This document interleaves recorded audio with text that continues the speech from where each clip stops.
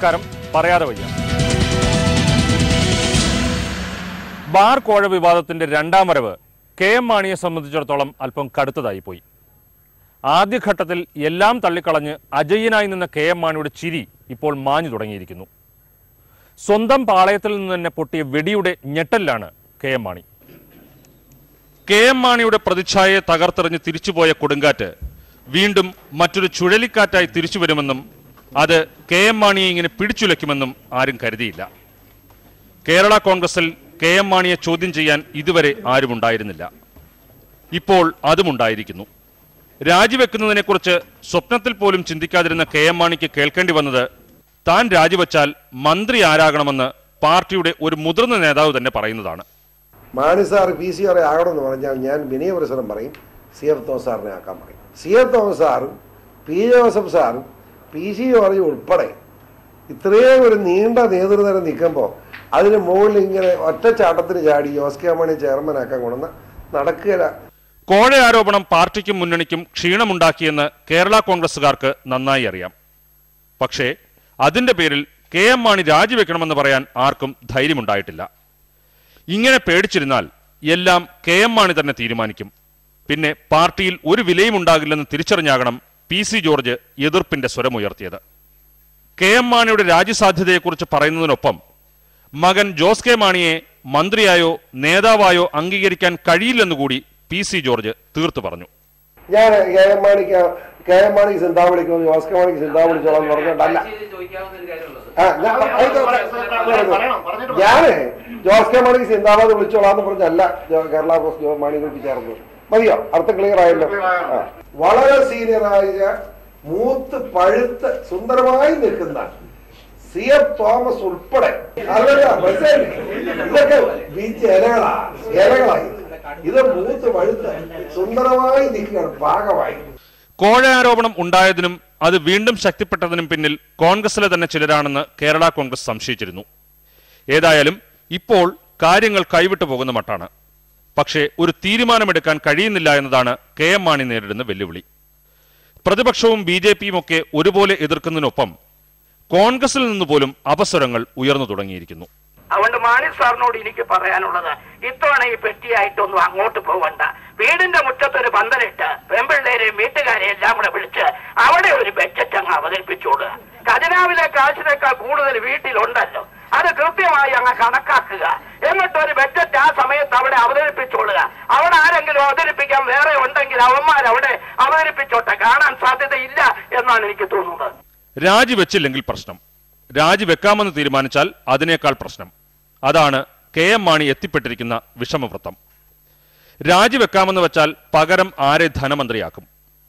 ഇപ്പോഴത്തെ അവസ്ഥയിൽ അത്തരമൊരു ഭാരിച്ച ഉത്തരവാദിത്വം P.J. ജോസഫിന് ഏറ്റെടുക്കാനാകില്ല. പിന്നെയുള്ളത് PC ജോർജാണ്. PC ജോർജിനെ ധനമന്ത്രിയാക്കുന്നത് പോയിട്ട് വെറും ഒരു മന്ത്രിയാക്കുന്നതിന് പോലും ഇനിയിപ്പോൾ കെ.എം. മാണിക്ക് താല്പര്യമുണ്ടാകില്ല. ബാക്കിയുള്ള MLA-മാരിൽ ആരെയെങ്കിലും ഈ വകുപ്പ് ഏൽപ്പിച്ചു കൊടുക്കാൻ പാർട്ടി തയ്യാറാവില്ല. ഇനിയുള്ള ഏക പോംവഴി വകുപ്പ് കോൺഗ്രസിന് വിട്ടുകൊടുത്ത് മറ്റൊരു വകുപ്പ് വാങ്ങിയെടുക്കുക എന്നതാണ്. അങ്ങനെ ഒരു നഷ്ടക്കച്ചവടത്തിന് പോകണോ അതോ പ്രശ്നങ്ങൾ കെട്ടടങ്ങും എന്ന പ്രതീക്ഷയിൽ കാത്തിരിക്കണോ?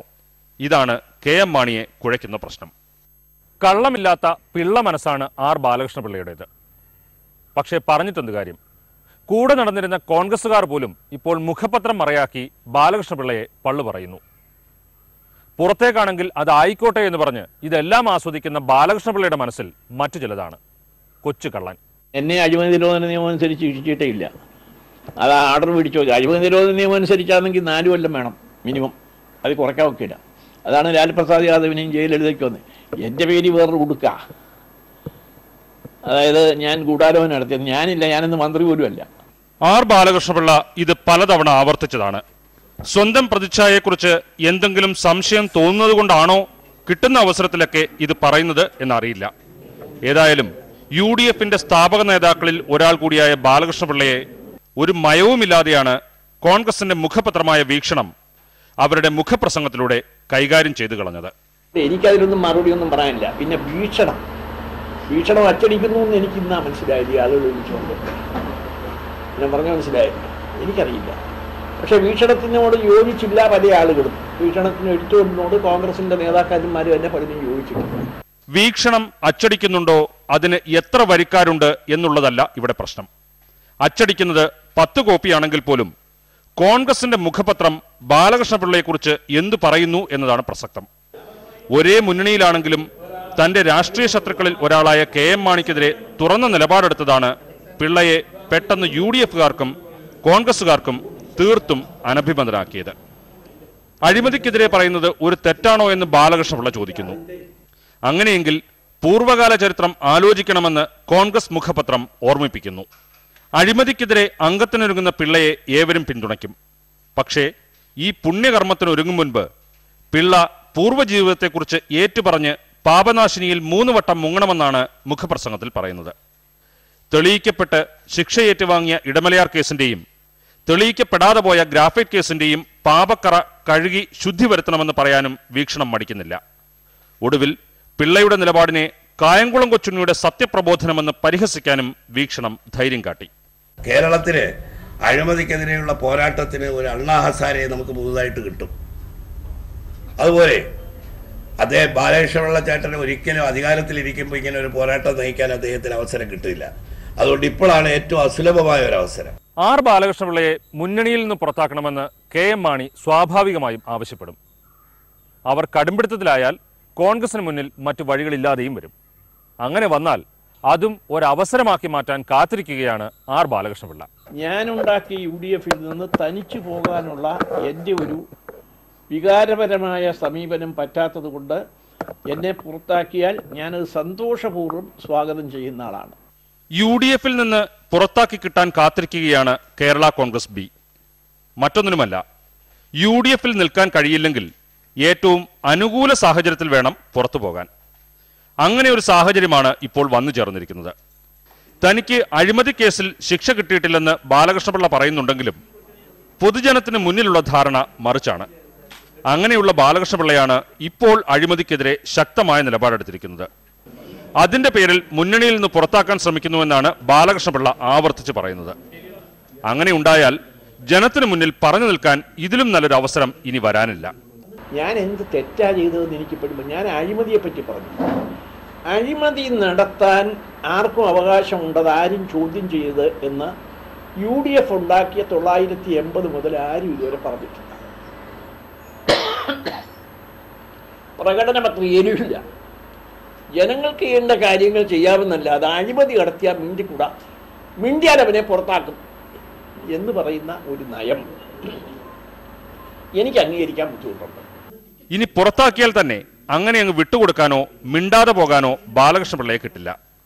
തുരുപ്പ് ചീട്ട് തന്റെ കയ്യിലുണ്ട് എന്ന വ്യക്തമായ സൂചന നൽകിക്കൊണ്ടാണ് അദ്ദേഹത്തിന്റെ നീക്കങ്ങൾ. അത്യാവശ്യമുള്ള സമയത്ത് പുറത്തെടുക്കും. ഞാനേ എന്നെ UDF-ൽ നിന്ന് പുറത്താക്കുന്ന അഴിമതി കാണിച്ചിട്ടല്ല, സരിതയായിട്ട് ബന്ധം വെച്ചോണ്ടല്ല, പിന്നെന്തുവാ എളുപ്പം ഒരാളിനെ പറഞ്ഞെന്നുള്ളേ ഉള്ളൂ കേട്ടോ.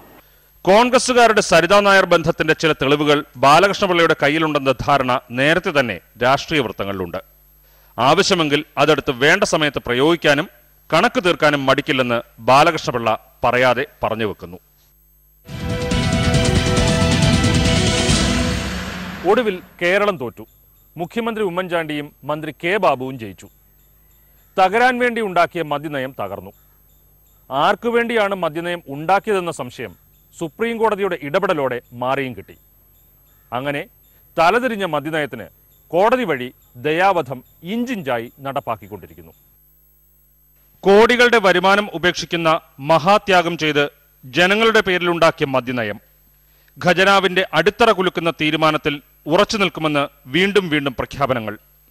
കുടിക്കാത്തവരും കുടിയെ എതിർത്തവരും ആവേശം കൊണ്ടപ്പോഴും കോടതികളിൽ തകരാവുന്നതേയുള്ളൂ ഈ നയമെന്ന് ചിലരെങ്കിലും ചൂണ്ടിക്കാട്ടി. വിവേചനം ഉൾപ്പെടെയുള്ള പോരായ്മകൾ വിളിച്ചു പറഞ്ഞ അത്തരക്കാരെ പുച്ഛിക്കാനായിരുന്നു നയത്തിന്റെ ഉപജ്ഞാതാക്കൾക്ക് താൽപര്യം. എന്നാൽ സർക്കാർ അടപ്പിച്ച 10 ബാറുകൾ തുറക്കാൻ ഉത്തരവിട്ടുകൊണ്ട് സുപ്രീം കോടതി നടത്തിയ കടുത്ത പരാമർശങ്ങൾ ഏതൊരു ഭരണകൂടത്തെയും ലജ്ജിപ്പിക്കുന്നതായിരുന്നു. പക്ഷേ അതിനോടുള്ള നമ്മുടെ സർക്കാരിന്റെ പ്രതികരണം കണ്ടപ്പോഴാണ് ഈ നയം ഇങ്ങനെ തകരണം എന്നാണ് അവർ ആഗ്രഹിച്ചിരുന്നതെന്ന് പാവം ജനത്തിന് ബോധ്യപ്പെട്ടത്. സർക്കാരിന്റെ തീരുമാനം എല്ലാം കോടതി അംഗീകരിക്കാറില്ല. പലപ്പോഴും അങ്ങനെ ചില ബുദ്ധിമുട്ടുകൾ ഉണ്ടായിക്കൊണ്ടിരിക്കുന്നുണ്ട്. സർക്കാരിൻ്റെ തീരുമാനം തെറ്റാണെന്നല്ല അതിൻ്റെ അർത്ഥം. സർക്കാരിന് ശരിയാണെന്ന് തോന്നിയ തീരുമാനങ്ങളാണ് ഈ കാര്യത്തിൽ ഇതുവരെ എടുത്തിട്ടുള്ളതെല്ലാം. നിയമോപദേശം എന്താണെന്നുള്ളത് ഞാൻ നോക്കിയില്ല. ഏതായാലും മന്ത്രിസഭായോഗ തീരുമാനത്തിൻ്റെ അടിസ്ഥാനത്തിലാണ് അപ്പീൽ കൊടുക്കാൻ തീരുമാനിച്ചത്. നിലവാര പ്രശ്നം പറഞ്ഞടപ്പിച്ച 418 ബാറുകളിൽപ്പെട്ടവയാണ് സുപ്രീം കോടതി ലൈസൻസ് നൽകിയ 10 എണ്ണം. ഇതിൽ 1 4 സ്റ്റാറും 3 എണ്ണം 3 സ്റ്റാറും. പഞ്ചനക്ഷത്ര ബാറുകൾ മാത്രം മതി കേരളത്തിൽ എന്ന നയത്തിന് ഇനി എന്ത് പ്രസക്തി? അടഞ്ഞു കിടക്കുന്നവയ്ക്കും താൽക്കാലിക ആശ്വാസത്തിന് ബിയർ വിൽപ്പനയിലേക്ക് മാറിയ പഴയ ബാറുകൾക്കും ഇനി കോടതികളെ സമീപിക്കാം, ലൈസൻസ് ആവശ്യപ്പെടാം. സമാനമായ കേസുകളിൽ ഒരു വിധിക്ക് വിപരീതമായ മറ്റൊരു വിധി സുപ്രീം കോടതിയിൽ നിന്ന് പ്രതീക്ഷിക്കാനുമില്ല. ചുരുക്കത്തിൽ പുതിയ മദ്യനയം വരുന്നതിന് മുൻപുണ്ടായിരുന്നതിനേക്കാൾ ദയനീയമാകും കേരളത്തിലെ സ്ഥിതി. പുതിയ ബിയർ പാർലറുകൾ അനുവദിച്ചും ഞായറാഴ്ച ഡ്രൈഡേ അല്ലാതാക്കിയും നയം പൊളിച്ചപ്പോൾ ഗദ്ഗദകണ്ഠനായി മുഖ്യമന്ത്രി പറഞ്ഞത് നഷ്ടം വരുമ്പോൾ ഇഷ്ടമില്ലാത്ത പലതും ചെയ്യേണ്ടി വരും എന്നായിരുന്നു. കോടതികൾക്ക് തകർക്കാൻ വേണ്ടി ഉണ്ടാക്കിയ മദ്യനയം സുപ്രീം കോടതിയുടെ പടിക്കൽ തന്നെ വീണുടഞ്ഞപ്പോൾ ഗദ്ഗദമല്ല, പലരും ഉള്ളിലടക്കിയ പൊട്ടിച്ചിരിയാണ് പുറത്തു വന്നത്. ഹൈക്കോടതിയിൽ ഒരേ ദിവസം തന്നെ പല നിലപാടെടുത്ത് സഹായിച്ച സർക്കാരിന്റെ ദീർഘായുസ്സിന് ബാറുടമകൾ വഴിപാട് നടത്തിയാലും അത്ഭുതമില്ല. മദ്യത്തിന്റെ കാര്യത്തിൽ തുടക്കം മുതൽ നയമടക്കം ഇഷ്ടമില്ലാത്ത ഒട്ടേറെ കാര്യങ്ങൾ ചെയ്യേണ്ടി വന്നയാളാണ് മുഖ്യമന്ത്രി. അതൊന്നും പക്ഷേ നഷ്ടമുണ്ടാക്കിയില്ല. തെരഞ്ഞെടുപ്പിന് 1 വർഷം കഷ്ടിയാണ്. നാടിന്റെ നന്മയ്ക്ക് വേണ്ടി ഇഷ്ടമില്ലാത്ത ചില തീരുമാനങ്ങൾ കൂടി മുഖ്യമന്ത്രിയിൽ നിന്ന് ജനം പ്രതീക്ഷിക്കുന്നു. 1 റോഡ് വികസനം, 2 മാലിന്യ നിർമ്മാർജ്ജനം, മറ്റൊന്ന് കടക്കണിയിൽ നിന്നുള്ള മോചനം. അത്രയെങ്കിലും ഉണ്ടായില്ലെങ്കിൽ വീണ്ടും ഒരു അംഗത്തിനിറങ്ങുമ്പോൾ പറയാൻ ആരോപണങ്ങളുടെ നിഷേധം മാത്രമേ ഉണ്ടാകൂ. PC ജോർജ് ആഗ്രഹിക്കുന്ന പോലെ എല്ലാം നടന്നാൽ അദ്ദേഹം ഭാവിയിൽ ഒരു മുഖ്യമന്ത്രിയായേക്കും. കേരളത്തിന്റെ അല്ല, ചേരനാടിന്റെ. ചേരനാട് എന്ന പേരിൽ ഒരു പുതിയ സംസ്ഥാനം രൂപീകരിക്കണമെന്നാണ് PC ജോർജിന്റെ പുതിയ ആവശ്യം. PC ജോർജിന്റെ മനസ്സ് എപ്പോൾ എങ്ങനെ മാറും, എന്തു പറയും എന്നൊന്നും ആർക്കും പ്രവചിക്കാനാവില്ല. പാമുലിൻ കേസ് വന്നപ്പോൾ മുഖ്യമന്ത്രിയെ പിന്തുണച്ച് ജഡ്ജിയെ വിമർശിച്ച ജോർജ് സോളാർ കേസിൽ മുഖ്യമന്ത്രിയെ പലതവണ പരസ്യമായി തള്ളിപ്പറഞ്ഞു. ബാർ കോഴക്കേസിൽ KM മാണിക്കൊപ്പമെന്ന പ്രതീതി ഉണ്ടാക്കിയ ശേഷം ആരോപണമുന്നയിച്ച ആളോട് ചങ്ങാത്തം കൂടി. കേരള കോൺഗ്രസിൽ നിന്നുകൊണ്ട് VSDPയുമായി ചേർന്ന് അഴിമതി വിരുദ്ധ മുന്നണി ഉണ്ടാക്കി. രമേശ് ചെന്നിത്തലയുടെ തോളത്ത് കൈയിട്ടുകൊണ്ട് തന്നെ ആഭ്യന്തര വകുപ്പിന്റെ മാവോയിസ്റ്റ് വേട്ടയെ തള്ളിപ്പറഞ്ഞു. PC ജോർജ് ഇങ്ങനെയൊക്കെയാണ്. ഇതിന്റെ ഏറ്റവും ഒടുവിലത്തെ ഉദാഹരണമാണ് കേരളം ഭരിക്കുന്ന ഉമ്മൻചാണ്ടി സർക്കാരിന്റെ ചീഫ് വിപ്പായി ഇരുന്നുകൊണ്ട് കേരളത്തിന്റെ തല മുറിച്ച് തമിഴ്നാടിന്റെ വാലിനൊപ്പം ചേർക്കണമെന്ന് ആവശ്യപ്പെടുന്നത്. മനസ്സിലായില്ലെങ്കിൽ അത് വ്യക്തമാക്കി തരും PC ജോർജ്. ചേരനാട് സംസ്ഥാനം രൂപീകരിക്കുക എന്നതാണ് നമ്മുടെ ആവശ്യം. ഈ സംസ്ഥാനത്ത് ഏതൊക്കെ ജില്ലകൾ വരണം? തമിഴ്നാടിന്റെ കന്യാകുമാരിയും തിരുനെൽവേലിയും തൂത്തുക്കുടിയും വിരുദനഗറും മധുര തേനി ജില്ലകളും ഒരുമിക്കുന്നതോടൊപ്പം കേരളത്തിലെ തിരുവനന്തപുരം, കൊല്ലം, പത്തനംതിട്ട, ഇടുക്കി, കോട്ടയം ജില്ലയിലെ മലയോര മേഖലകളെ മുഴുവൻ യോജിപ്പിച്ചുകൊണ്ടൊരു സംസ്ഥാനം വേണം എന്ന് തന്നെയാണ് നമ്മുടെ ആവശ്യം. കേട്ടാൽ ഒരു ഭ്രാന്തൻ ആശയം എന്ന് തന്നെ തോന്നും. കാരണം രാജ്യം സ്വതന്ത്രമായതിനു ശേഷം ഭാഷാ അടിസ്ഥാനത്തിലാണ് സംസ്ഥാനങ്ങൾ രൂപീകരിച്ചത്. അതിനു വിപരീതമായി 2 ഭാഷ സംസാരിക്കുന്ന പ്രദേശങ്ങൾ ഉൾപ്പെടുത്തി പുതിയ ചേരനാട് സംസ്ഥാനം രൂപീകരിക്കണമെന്നാണ് PC ജോർജിന്റെ ആവശ്യം. കേരളത്തെ മുറിച്ച് മലബാർ പ്രദേശങ്ങൾ ഉൾപ്പെടുത്തി വേറെ സംസ്ഥാനം വേണമെന്ന് ആവശ്യപ്പെടുന്നവരുണ്ട്. രാജ്യത്തിന്റെ മറ്റു പല ഭാഗങ്ങളിലും ഇത്തരം ആവശ്യങ്ങൾ ഉയർന്നിട്ടുമുണ്ട്. പക്ഷേ ഒരു ഭരണഘടനാ പദവിയിൽ ഇരിക്കുന്ന വ്യക്തി 2 സംസ്ഥാനങ്ങളിൽ നിന്നുള്ള പ്രദേശങ്ങൾ ചേർത്ത് പുതിയ സംസ്ഥാനം ഉണ്ടാക്കണമെന്ന് പറയുന്നത് ചുരുങ്ങിയ പക്ഷം കേരളത്തിലെങ്കിലും അധികം കേട്ടുകേൾവിയില്ലാത്ത കാര്യമാണ്. ഇന്ത്യയുടെ പ്രധാനമന്ത്രി പ്രിയങ്കരനായ നരേന്ദ്രമോദി ഈ അടുത്ത കാലത്ത് നടത്തിയ പ്രസംഗത്തിൽ ചെറിയ സംസ്ഥാനങ്ങൾ കൂടുതൽ നേട്ടങ്ങൾ കൈവരുത്തും എന്ന അഭിപ്രായം രേഖപ്പെടുത്തിയതും ഈ അഭിപ്രായം ചേരനാട് സംസ്ഥാനത്തിന്റെ രൂപീകരണത്തിന് വേണ്ടി ആവശ്യം ഉന്നയിക്കാൻ നമ്മൾ പ്രേരിപ്പിക്കുന്നു എന്ന വസ്തുത കൂടി നിങ്ങളെ ഞാൻ അറിയിക്കുകയാണ്. 2 ഭാഷ സംസാരിക്കുന്നവർ, തികച്ചും വ്യത്യസ്തമായ 2 സംസ്കാരങ്ങളിൽ ജീവിക്കുന്നവർ, ഇതൊക്കെ ചേർത്ത് ചേരനാട് സംസ്ഥാനം എന്തിനു വേണ്ടി ഉണ്ടാക്കണം? PC ജോർജിന് വ്യക്തമായ ഉത്തരമുണ്ട് ആ ചോദ്യത്തിന്. കേരളത്തിന്റെ വികസനത്തിനും ചില പ്രശ്നങ്ങളുടെ പരിഹാരത്തിനുമാണ് PC ജോർജ് ദീർഘവീക്ഷണത്തോടെ ഇത്തരമൊരു നിർദ്ദേശം തയ്യാറാക്കിയതത്രേ. മുല്ലപ്പെരിയാർ പ്രശ്നം ഇതോടെ പരിഹരിക്കപ്പെടുകയാണ്. തൂത്തുക്കുടിയും വിഴിഞ്ഞവും പുതിയ സംസ്ഥാനത്തിലാകുമ്പോൾ വികസനത്തിന് വേഗത കൂടും. അണക്കെട്ടുകളും തുറമുഖങ്ങളും കാടും മലയും മാത്രമല്ല, സാംസ്കാരിക നവോത്ഥാന നായകരെ പോലും പുതിയ സംസ്ഥാനത്തിന് വേണ്ടി കേരളത്തിൽ നിന്നും തമിഴ്നാട്ടിൽ നിന്നുമായി പങ്കുവച്ചെടുത്തു ചേർത്തിട്ടുണ്ട് PC ജോർജ്. ശ്രീ വൈകുണ്ഠസ്വാമികൾ, ശ്രീ നാരായണ ഗുരുസ്വാമികൾ, ശ്രീ അയ്യങ്കാളി, ശ്രീ അഗസ്ത്യർ മുനി, ശ്രീ തിരുവള്ളവർ എന്നീ സാമൂഹ്യ സാംസ്കാരിക നവോത്ഥാന നായകർ ചേരനാടിന്റെ ദീപസ്തംഭങ്ങളായി വിളങ്ങും. ഇത് മാത്രം പോരല്ലോ ഒരു പുതിയ സംസ്ഥാനത്തിന്. പിച്ച വെച്ച് നടത്താൻ രാഷ്ട്രീയം വേണം, രാഷ്ട്രീയക്കാരും വേണം. ഈരാറ്റുപേട്ടയും പൂഞ്ഞാറും ഉൾപ്പെടെയുള്ള പ്രദേശങ്ങൾ പുതിയ സംസ്ഥാനത്തിൽ ഉൾപ്പെടുത്താൻ PC ജോർജ് പ്രത്യേകം ശ്രദ്ധിച്ചിട്ടുണ്ട്. ജനസംഖ്യ ഏകദേശം 2 കോടിയായിരിക്കും. ചേരനാടിൽ 14 ലോകസഭാംഗങ്ങളും 82 83 നിയമസഭാ അംഗങ്ങളും ഉണ്ടാവും. ഇത്രയുമൊക്കെ വിശദമായി കാര്യങ്ങൾ പഠിച്ചവതരിപ്പിച്ച PC ജോർജ് ഞാൻ ആദ്യം മുഖ്യമന്ത്രി ആയിക്കൊള്ളാം എന്ന് മാത്രം പറഞ്ഞില്ല. അങ്ങനെ ആരെങ്കിലും നിർബന്ധിച്ചാൽ ഒരുപക്ഷെ PC ജോർജ് ഒഴിഞ്ഞു മാറില്ല, അത്രമാത്രം. സുരേഷ് ഗോപി ഒടുവിൽ മനസ്സ് തുറന്നു. വിഴിഞ്ഞം തുറമുഖത്തിനു വേണ്ടി ഹിന്ദു സമൂഹം ഉണരണം എന്ന തന്റെ പ്രസ്താവനയ്ക്ക് പിന്നിലെ ഉദ്ദേശം എന്തായിരുന്നുവെന്ന് വ്യക്തമാക്കി. അത് തള്ളണമോ കൊള്ളണമോ എന്ന് ബന്ധപ്പെട്ടവർക്ക് തീരുമാനിക്കാം. പക്ഷേ ആശയക്കുഴപ്പം മാറിയതിൽ ആശ്വസിക്കുകയും ചെയ്യാം. നിങ്ങൾ ഇപ്പോഴും പറയുന്നത് ഞാൻ പറയാത്ത കാര്യമാണ്. ആരും ഒന്നും വളച്ചൊടിച്ചിട്ടില്ല. സുരേഷ് ഗോപിയെ വേട്ടയാടാനും ശ്രമിച്ചിട്ടില്ല. സിനിമാ താരമായ സുരേഷ് ഗോപിയെ ഒരു കാരണവുമില്ലാതെ വേട്ടയാടിക്കളയാമെന്ന് പ്രത്യേകിച്ച് താല്പര്യവും ഉണ്ടായിരുന്നില്ല. സ്വയമായി ഉണ്ടാക്കിയ ആശയക്കുഴപ്പത്തിന് മറ്റുള്ളവരെ പഴിച്ചിട്ട് എന്ത് കാര്യം? സെക്രട്ടേറിയറ്റിന് മുൻപിലാണ് വിവാദമായ പരാമർശം സുരേഷ് ഗോപി നടത്തിയത്. ഹിന്ദു സമൂഹം ഒരുപക്ഷെ ഈ പദ്ധതി ജനങ്ങളുടെ മാത്രം പദ്ധതിയായി മുന്നിൽ കൊണ്ടുവരുന്നതിന് ഹിന്ദു സമൂഹം ഒന്ന് മനസ്സ് വെച്ചാൽ ശക്തമായ ഒരു സാമ്പത്തിക പിന്തുണ ഈ പദ്ധതിയുടെ നടത്തിപ്പിന് വേണ്ടി പോലും സാധ്യമാവും. കൂടുതൽ വ്യക്തതയ്ക്കായി മാധ്യമങ്ങൾ ശ്രമിച്ചെങ്കിലും സംശയ നിവാരണം വരുത്താൻ സുരേഷ് ഗോപി അന്ന് തയ്യാറായിരുന്നില്ല.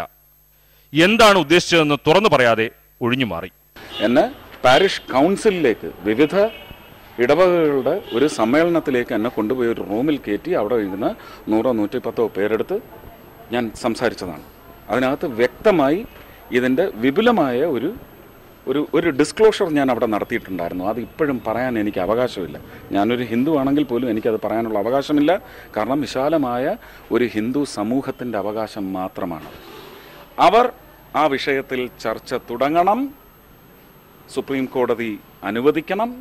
കാര്യങ്ങൾ കൈവിട്ടുപോയി എന്ന് മനസ്സിലാക്കിയതോടെ ഉള്ളതുപോലെ പറയാൻ സുരേഷ് ഗോപി തയ്യാറായി. ഒരിക്കലല്ല, പലതവണ. വിഴിഞ്ഞം പദ്ധതിക്ക് വേണ്ടി ശ്രീ പത്മനാഭസ്വാമി ക്ഷേത്രത്തിലെ സ്വത്തുക്കൾ പണയം വെച്ച് പണം കണ്ടെത്തണമെന്നായിരുന്നു മനസ്സിൽ ഉദ്ദേശിച്ചത്. അത് അവിടെ നിന്ന് എടുത്ത് വിൽക്കണം, കൊടുക്കണം എന്നൊന്നും പറഞ്ഞിട്ടില്ല. അങ്ങനെ ഒരു സാധ്യതയുണ്ടെങ്കിൽ അത് ആരാഞ്ഞുകൂടെ എന്ന് നിങ്ങളുടെ കൂട്ടത്തിൽ ഒരാളായിട്ട് മാത്രമാണ് ഞാൻ ചോദിച്ചിരിക്കുന്നത്. അത് പറയാതെയാണ് വിഴിഞ്ഞത്തിനു വേണ്ടി ഹിന്ദു സമൂഹം ഉണരണമെന്ന് ആഹ്വാനം നടത്തിയത്. മനസ്സുമടിച്ച് മറച്ചുവെച്ച കാര്യം തുറന്നു പറഞ്ഞപ്പോൾ ആരും കുറ്റപ്പെടുത്താനോ കല്ലെറിയാനോ വരുന്നില്ല എന്ന കാര്യം സുരേഷ് ഗോപി തിരിച്ചറിയുന്നുണ്ടോ ആവോ, അറിയില്ല. പറയാതെ വയ്യ വീണ്ടും അടുത്തയാഴ്ച. നിങ്ങളുടെ അഭിപ്രായങ്ങളും നിർദ്ദേശങ്ങളും എഴുതി അറിയിക്കുക. പ്രൊഡ്യൂസർ പറയാതെ വയ്യ, മനോരമ ന്യൂസ്, തമ്പാനൂർ, തിരുവനന്തപുരം.